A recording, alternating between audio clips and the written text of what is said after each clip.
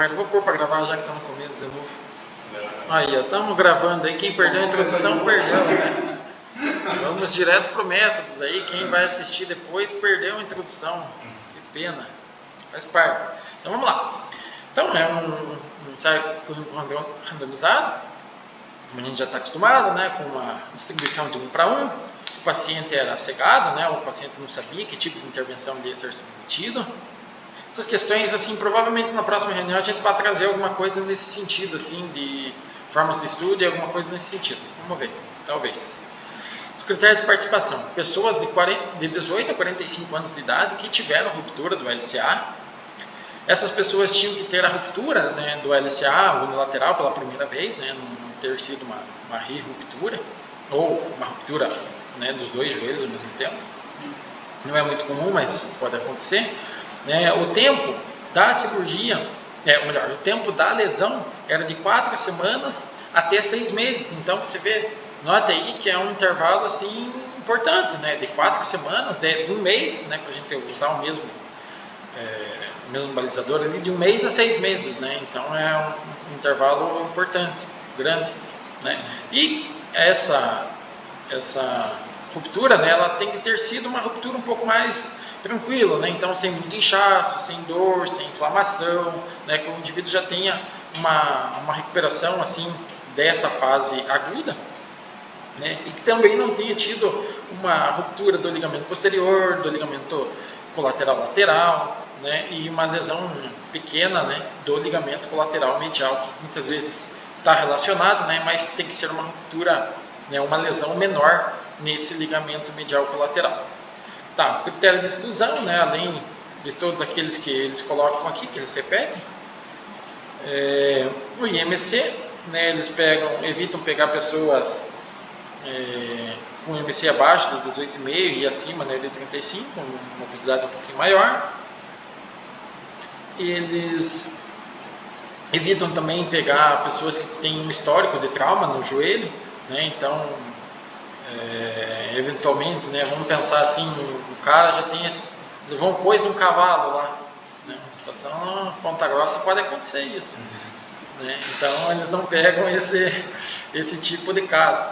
E aí pessoas também que têm outras doenças já, né, relacionadas no joelho, como artrose, né, artrite reumatoide, enfim.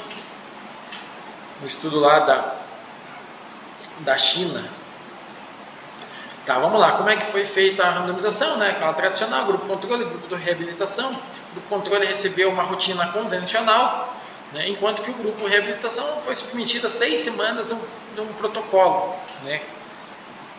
Daqui a pouco a gente vai ver melhor esse protocolo, né? E os indivíduos não sabiam, né, em que grupo que eles estariam sendo alocados, né? Então por isso que é um cego simples, né? Onde só um indivíduo não sabia, evidentemente que o avaliador, né, tinha ciência de qual grupo o indivíduo estava. A intervenção eram 6 semanas, 3 vezes por semana, com uma sessão de 45 a 60 minutos. Então aqui a gente vai mais ou menos se identificando, né? Então 6 semanas, opa, parecido porque, né, a gente tem a possibilidade de trabalhar lá no ambulatório 3 vezes na semana. A gente está acostumado com 2, mas, né, é um dia só da diferença. O tempo parecido também, né? Intervalo entre as sessões, pelo menos um dia, já trabalha dessa forma, né? E aí ele vai exemplificar melhor, né, ali essa questão da sessão em si. Então, 5 minutos de alongamento, aqueles 5 minutos finais de um relaxamento, né? A administração de gelo após a sessão, mantendo uma intensidade moderada, né? Eles utilizam aqui a escala de percepção de esforço entre 13 e 14, que, né, é aquele moderado, né, indo já para o pesado, mas ainda no moderado. E, bom, vamos ver lá o protocolo. O protocolo é com um treinamento bem complicado. Olha, ó, o tipo de movimento aqui, ó, que os caras têm que fazer, ó. Isso aqui, né, em vez de a gente dar a descrição, vamos mostrar aí, né? Agora o pessoal está vendo lá também, fica mais fácil, né? Então, ó, os movimentos, ó. Veja esse. Esse aí, já viu falar esse aí? Isso aí nunca ninguém fez, hein? E esse aqui, agachamento na parede. Isso é novidade, tendência do mercado fitness. Aí o agachamento livre, né? Agachamento profundo, sem o apoio da parede. Outra novidade aqui, ó. Aí a fundo, passada, né? Cada um chama de um jeito, mas aí, ó. Novidade. E esse aqui, extensão de joelho com a caneleira. Caramba, hein? Putz, daí você, dependendo, né? Você faz igual do Chaves lá. Ah, não, mas esse eu tô acostumado com a máquina, né? Com a caneleira, eu não sei como é que é. Acostumado só na máquina. Aí, ó, e a flexão com a caneleira? Também diferente, né? Na máquina ali, na cadeira de sol. E esse aqui aí é outro nível, hein? Esse aqui a gente já foge um pouco do nosso dia a dia, né? Então é jogar ali, né? Pegar as coisas em cima ali da plataforma ali de instabilidade. E esse aqui? Esse é a mesma coisa que o anterior, só que com uma perna só, né? Já dificulta um pouco mais, né? E esse aqui? Matando formiga. Esse é o tradicional, né? Também tranquilo. E esse aqui então, esse aqui daí não é matando formiga, daí aqui já é matando uma capivara já, né? E daí esse aqui, o skipping rope, né? Então beleza, esses são os exercícios que os caras utilizavam ali, né? Então eles utilizavam a parte ali de força, né, de 25 a 30 minutos. A gente brincou aqui tudo, né, mas tudo vocês podem olhar aqui na descrição aqui. Vocês vão, ó, por exemplo, ó, exercícios de força, 25 a 30 minutos. Exercício de equilíbrio, 4 a 6 minutos, né? E isso está descrito aqui também, né? A gente já viu ali.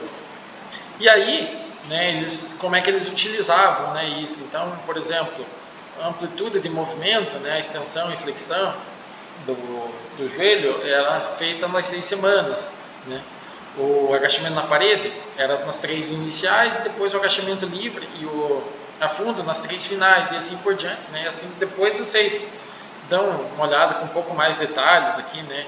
Algumas coisas iniciam para depois o indivíduo, igual aquele de equilíbrio que era igual, né? Primeiro faz com os 2 pés, depois o lateral e assim por diante. O tamanho da amostra aqui a gente não vai se preocupar por hora.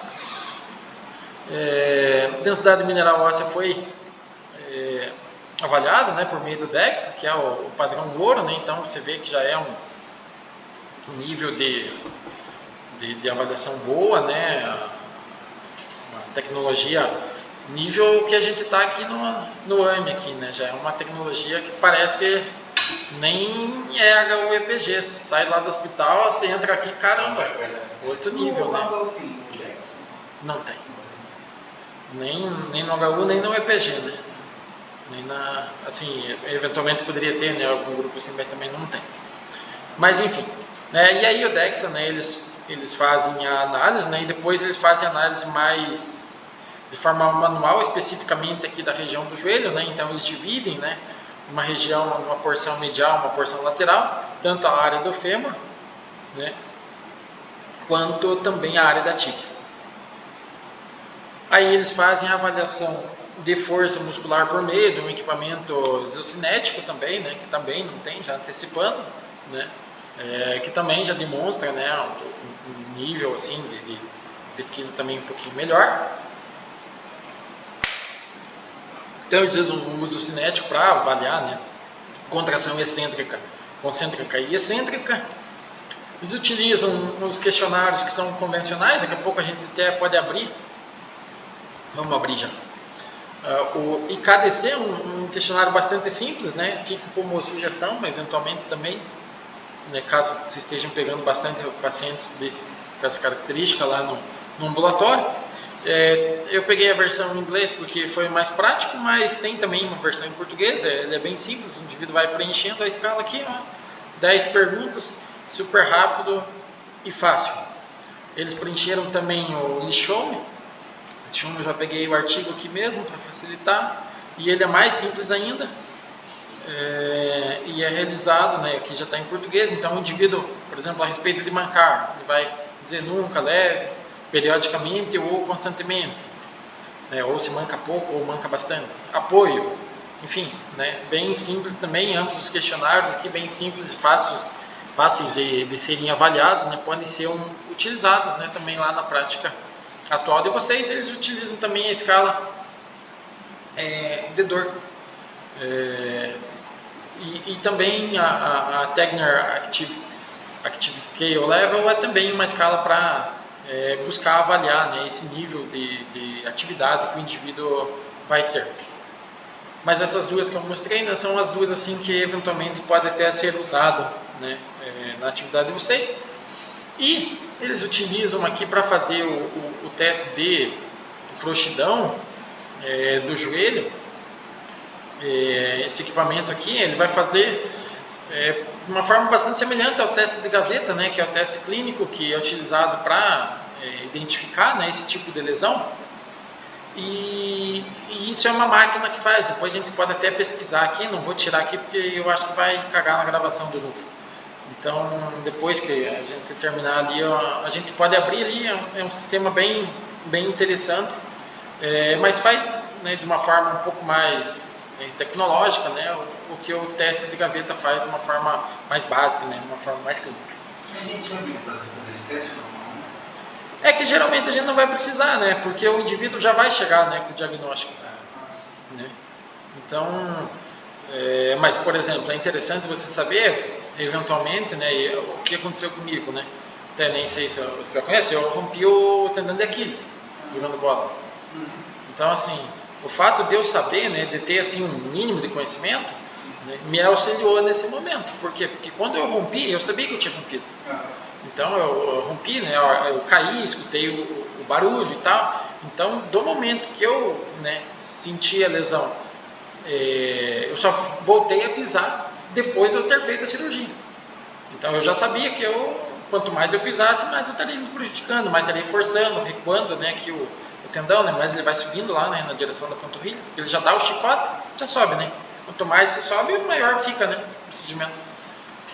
Então, assim, foi útil para mim, né, ter esse conhecimento. Aconteceu uma situação semelhante esse tempo que a gente sempre joga basquete, né, com alguns professores, né, até o professor Nilo, não sei se ele sempre assiste os vídeos, se assistir a gravação lá ele vai dar risada nessa. Teve uma vez que a gente foi jogar tênis ali no lago, na hora que a gente estava entrando no portão, o cara foi dar o saque e ele caiu assim, e eu falei na hora, o cara rompeu o tendão, porque foi muito característico, né? Então, assim, imagina, né, o movimento do tênis ali, você levanta a bolinha, bate, né, e o cara caiu de cara no chão, tipo, pô, se você não está passando mal, você rompeu o tendão. Não tem muita opção, né? Como é que você vai virar o pé, né? Por exemplo, ter uma torção, alguma coisa assim, se você está com o pé plantado. Claro que se fosse um profissional que pula e tal, mas não era, né? Era um tiozão, né? Então, assim, ficava mais evidente, né, o que era a lesão. E aí, assim, na hora a gente chegou lá, né, foi e tal, eu já perguntei, cheguei, na primeira coisa que eu perguntei, você escutou o barulho e tal, dos caras, escutei, não sei o quê. E assim, a gente não conhecia os caras, né? E aí até tinha um português lá que estava meio que assim, não fazendo pouco caso, porque às vezes a pessoa não é leigo, né? Então, não, levanta aí, vamos lá, não dá mesmo, tipo, meio que pressionando o sujeito para, não, vamos lá, né? Tipo, aquele tradicional, né? Não, bate o pé no chão aí para afirmar e vamos embora, né? Então, assim, tudo isso para falar o quê? Né? Se a gente tem, né, o conhecimento, por exemplo, de um teste, né, não sei se você gosta de fazer algum tipo de esporte, eventualmente pode acontecer, né? E assim, você tendo, né, na hora, né, você mesmo ali executa o teste ali, né? Claro que não vai ter um valor diagnóstico, mas numa hora de você chamar uma ambulância, né, numa hora ali você pode desenrolar, né?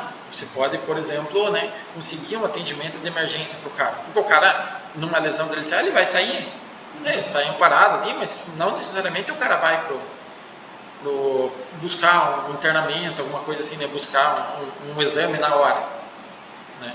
Então, muitas vezes o cara pensa, torci o joelho, aquele papo, né? Então, às vezes você tendo assim, né, o conhecimento do teste, sabendo utilizar, é útil nesse sentido, né? não como um valor diagnóstico, mas, né, para as diferentes práticas, né, e eventualmente, né, no cenário de reabilitação é interessante para você ver também o nível de frouxidão, né, que a ideia deles aplicarem nesse estudo é isso, né, é ver o quão frouxo estava, né, e aí quando a gente vai vendo isso, né, quão frouxo estava e tal, você já começa a meio pensar, mas que estranho, né, porque até aqui, né, como eu falei, às vezes lendo o artigo talvez você não para pensar ainda que o indivíduo não fez procedimento nenhum. Tá? Então aqui depois eles vão citar lá que eram 30 pessoas para cada lado, saiu uma de cada lado, ficou 29, que completou essas 6 semanas de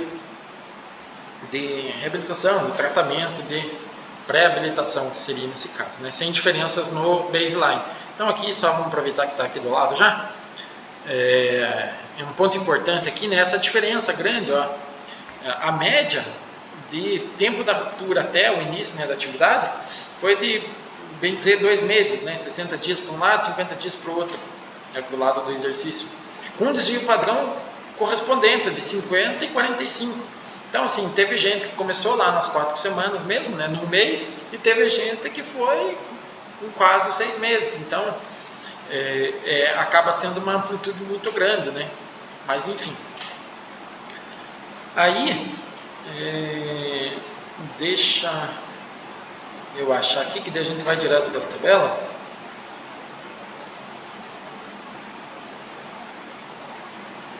Tá, vamos direto para as tabelas aqui então. Então, isso aqui, né, é o fluxograma lá e tal, beleza? Eles utilizaram de novo, né, intenção para tratar, né? É bastante importante utilizar, né, nessas questões de saúde, assim, geralmente o pessoal usa e acaba sendo até um indicador melhor do que o tradicional. Tá, então em densidade mineral óssea, se a gente observar, né, vamos olhar lá a forma das estrelinhas lá. Então a estrelinha preta é uma diferença comparada só com o inicial, né, diferença comparada com o baseline. Enquanto que a estrelinha descolorida, e daí 2 estrelas pretas, só quer dizer que foi um P maior, né? No caso menor, né? Um P mais significativo, né? Menor que 0,01 e uma estrelinha só menor que 0,05. Enquanto que a estrelinha mais importante para a gente não é a pretinha lá, é a outra, né? A rosadinha, porque daí é comparando, né, o grupo controle com o grupo intervenção. E aí a gente vai observar essa diferença, né, em densidade mineral óssea, basicamente aqui, né, no fêmur, né, no lado, no côndilo lateral, né? Então naquela divisão que eles fizeram no fêmur e na tíbia, né, eles pegam o lado lateral, o lado medial, né, a diferença ficou aqui no lado lateral do côndilo do fêmur. Nos outros ali a gente vai ver que tem geralmente a diferença relacionada com o baseline, né, mas não entre o grupo e o grupo controle e o grupo intervenção.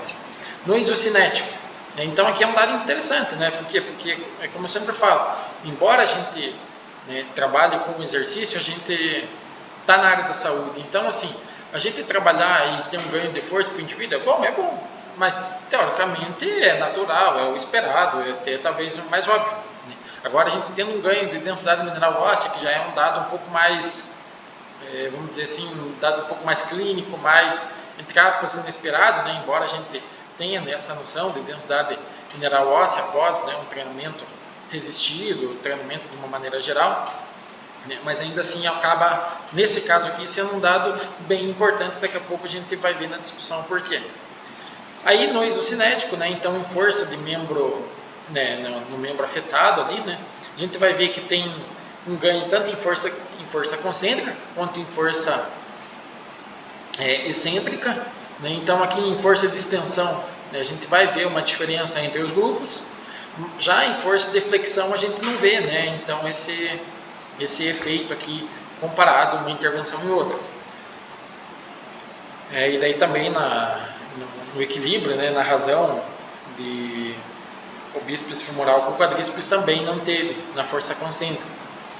No estímulo excêntrico, na extensão também não teve a diferença, já na flexão acabou tendo diferença entre os grupos e também na razão do bíceps femoral com o quadríceps também não teve diferença.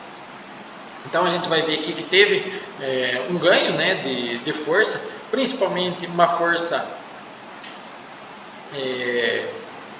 excêntrica, uma força excêntrica aqui na parte de flexão e uma força concêntrica na extensão. Vamos ver se e tem aqui, né, as escalas de dor, né, e as escalas de função. Então lá no IKDC teve uma diferença, assim como no Nishome e também na escala de dor. Beleza, então aqui a gente vai ver tudo né, tendo ali resultados interessantes e tal. E ele vai citar, né, o primeiro estudo que avaliou o impacto, aquela frase tradicional, né, quando é o primeiro estudo, evidentemente, né, daquela área. E aí ele vai demonstrar, né, que a importância da reabilitação, né, da reabilitação precoce, da intervenção com exercícios para pacientes com ruptura da LCA, que efetivamente atrasa o declínio da densidade mineral óssea, o que pode facilitar, né, a cicatrização pós-operatória, né, dessa ligação, né, ao osso-tendão, naqueles indivíduos que são submetidos à cirurgia, melhorando, né, e restaurando também a força e a função física. Mas não era isso que eu queria mostrar para vocês. Deixa eu achar aqui. Só que eu não marquei. Vamos ver, só um pouquinho. Ah, tá, aqui, ó, tava óbvio aqui, eu que não tinha. Então aqui, né? Então lá no recrutamento, né, eles vão falar que eles recrutaram 58, 29, 29, que completaram o treinamento, né, o tratamento em si, né, porque o estudo, né, teve alguns que não foram tratados, e todos optaram pelo tratamento cirúrgico após as 6 semanas. Então, como eu comentei, né, de repente chega aqui no resultado e você, então isso é antes da cirurgia. Então aqui o indivíduo ele não foi tratado ainda, né, ele não teve a abordagem médica, cirúrgica, né? Então aqui você faz a atividade com ele, né, com o tendão, né, com a ruptura, né, melhor dizendo, do ligamento, e somente após que ele vai fazer essa cirurgia. E aí, né, quando a gente, talvez seja burrice da minha parte, né, ou talvez não tenha ficado muito explícito assim também, vocês vão ter que ler lá e vão ter que ver, né?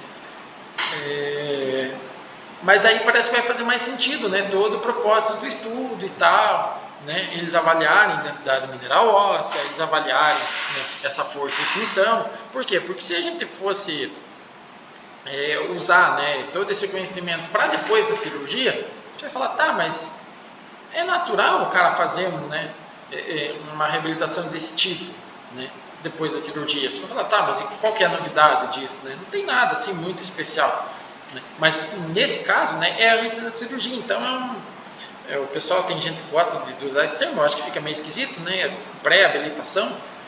Então você prepara o indivíduo para fazer o procedimento clínico, né? Então você tenta retardar, né, esse declínio da densidade mineral óssea para quando ele fizer a cirurgia tem um desfecho melhor, né? Então você tenta dar um ganho de força para o indivíduo, né, ou atenuar a força, né, o declínio de força dele, para quando ele fizer a cirurgia, ele ter uma força já, né, um baseline lá para a cirurgia melhor, né? Então você está capacitando o indivíduo para ele fazer a cirurgia, né? Então a discussão daí vai girar, né, e vai fazer bastante sentido, porque daí a discussão vai girar em torno disso. Então ele vai falar do estudo que observou lá um período de 6 semanas. Aqui depois vocês veem, vamos ver aqui. Ele vai comentar lá que o treinamento pode atrasar, né, o declínio da densidade mineral óssea, no côndilo lateral do joelho, do fêmur. E daí ele vai estar explicando, né, questão de carga e por que isso é importante, né, que depois vocês vão poder estar olhando melhor, né. Aqui é mais interessante a gente discutir do que a gente ler aqui, né? Depois vocês vão mandar já no grupo. Vamos ver o que mais que eles comentam aqui. Aí eles vão comentar, não sei exatamente onde está aqui, né? Então essa questão, né, na Tíbia, né? Na Tíbia não teve diferença, né? E eles citam que eventualmente, né, eles poderiam ter incluído, né, o treinamento de flexão plantar, que eventualmente poderia ter benefício também lá quando eles fazem, né, a divisão lá do ponto lateral e medial da tíbia, né, como eles não observaram diferença, né, na redução da densidade mineral óssea, isso aí poderia ser atenuado por meio de um treinamento ali de panturrilha também, né, coisa que eles não fizeram, então eles especulam que isso seria interessante. Outra coisa importante que eles citam aqui, né, é que o tamanho do efeito, né, foi um tamanho de efeito pequeno, né, então o que isso quer dizer, né, num cenário de pesquisa? Quer dizer que, vocês vão lembrar lá, né, na semana passada, quando a gente viu aquele gráfico do estudo lá da DPOC, a gente viu que, eventualmente, dependendo da variável que você quer analisar, você vai precisar de mais ou menos voluntários, né? Quanto menor o tamanho do efeito, mais voluntários você vai precisar. Então, como o tamanho do efeito foi baixo aqui, né, seria importante, né, ter uma amostragem um pouquinho maior, né, uma quantidade maior de pessoas para serem avaliadas, né, pensando em densidade mineral óssea, e aí também avaliar a termo longo prazo, né. Aí eles vão comentar também do ganho de força e da questão de função. Bom, aqui já é um pouco mais tranquilo, né, que já é mais óbvio, né, e aí eles vão principalmente nesse ganho de força aqui, eles vão comentar, né, que foi um treino leve, né, um treino bem tranquilo, né, e que eventualmente, né, esse treino poderia ser um pouco mais intenso e talvez tivesse um pouco mais de resultado, né, e aí ele vai finalizar, né, a parte lá dizendo, né, que o protocolo não apenas facilitou, né, a recuperação da função, né, ou então melhor dizendo, né, esse protocolo não apenas facilitaria, né, a restauração da função naquele caso de um tratamento conservador, mas também, né, ele acaba auxiliando numa recuperação pós-cirúrgica. Então, se o indivíduo eventualmente não fosse fazer cirurgia, né, ele ter realizado, né, esse tipo de tratamento, né, de intervenção, acaba facilitando também, melhorando, né? A gente viu lá alívio da dor, a gente viu melhora de função física. Então, mesmo se o indivíduo não fizesse cirurgia, ele já teria tido um benefício. Aí as limitações, né, estão principalmente relacionadas, né, a essa grande variação, né, do tempo da lesão. Então a gente já comentou, né, de 1 a 6 meses, e que o acompanhamento, né, foi um acompanhamento bem curto, né, só apenas 6 semanas. E aí eu queria só voltar aqui na densidade mineral óssea, porque a gente vai ver que não houve um ganho, né? Isso que eu acho que é importante a gente ressaltar, né? Não é que não houve um ganho, né? Então aqui era o inicial do exercício e aqui era o final, né? Após o exercício, né? Então aqui é o baseline e aqui é 6 semanas depois. E na verdade teve uma diminuição, né? Então assim, ela está caindo, né, ao longo do tempo. Só que veja o controle lá, como o controle despenca, né? Enquanto que o indivíduo que fez o exercício, né, ele se mantém muito parecido, né? Então há uma tendência de queda, né, nessa variável, que pode ser retardada por meio, né, desse tipo de prática, né? Então aí, principalmente nessa ideia, né, que o estudo vai ressaltar, né, o valor clínico disso, porque o indivíduo, todos os indivíduos foram submetidos à cirurgia, né? Infelizmente a gente não tem o pós-cirúrgico deles, né? Seria um dado interessante. Será que pós-cirurgia, esses indivíduos que realizaram o exercício, eles não teriam eventualmente uma recuperação melhor ou um cenário de um desfecho cirúrgico melhor por ele ter uma densidade mineral óssea já maior quando comparado ao indivíduo que fez o controle, né? Então aqui a gente pega até o momento da cirurgia, né? Mas eventualmente, né, se a gente fosse avaliar o pós-cirúrgico, teria até mais valor, né, o estudo. Então, só que essa queda, né, não é acentuada, né, tanto nas outras, né, quando faz a análise das demais regiões do joelho. E também, né, eles vão citar ali, né, a gente passou batido ali, mas eles vão citar também, né, que eventualmente, se fosse um treino um pouco mais intenso, se fosse algo um pouco mais, né, que gerasse um pouco mais de esforço, ao invés de só atenuar a diminuição, poderia eventualmente ter ganho, né, então um aumento da densidade mineral óssea. Tá joia? Vamos fechar aqui a gravação.